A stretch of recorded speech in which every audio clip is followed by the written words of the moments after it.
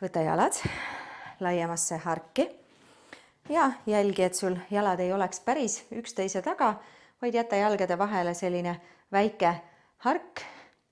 See aitab sul paremini hoida siin asendis tasakaalu.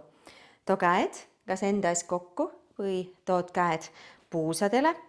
Ja nüüd hakkame siit istuma alla. Kõverdad taga oleva jala, nii et tood põlve peaaegu põrandani välja ja siis sirutad. Mõtle, et sa tahad tuua mõlemad jalad põlvedest umbes täis nurga alla. Ja jääd pidama täpselt natuke enne siin põrandat.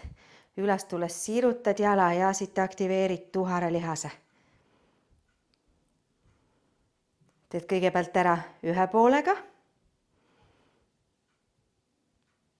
Ning seejärel astud jalad korraks kokku ja vahetad jala, astud teisest jalast. Jällegi umbes meeter, natuke peale, samm taha. Ja täpselt sama harjutus siis. Kõverdad uuesti jala ja sirutad.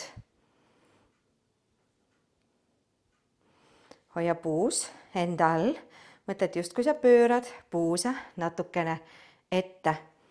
Ja kui sa tunned, et see harjutus jääb sinu jaoks lihtsaks, võid alati võtta juurde ka raskused. Selle harjutusega me paneme tööle siit eelkõige reie tagaosa ja tuharalihased. Töötab kaasa ka siit reie pealne ja säär.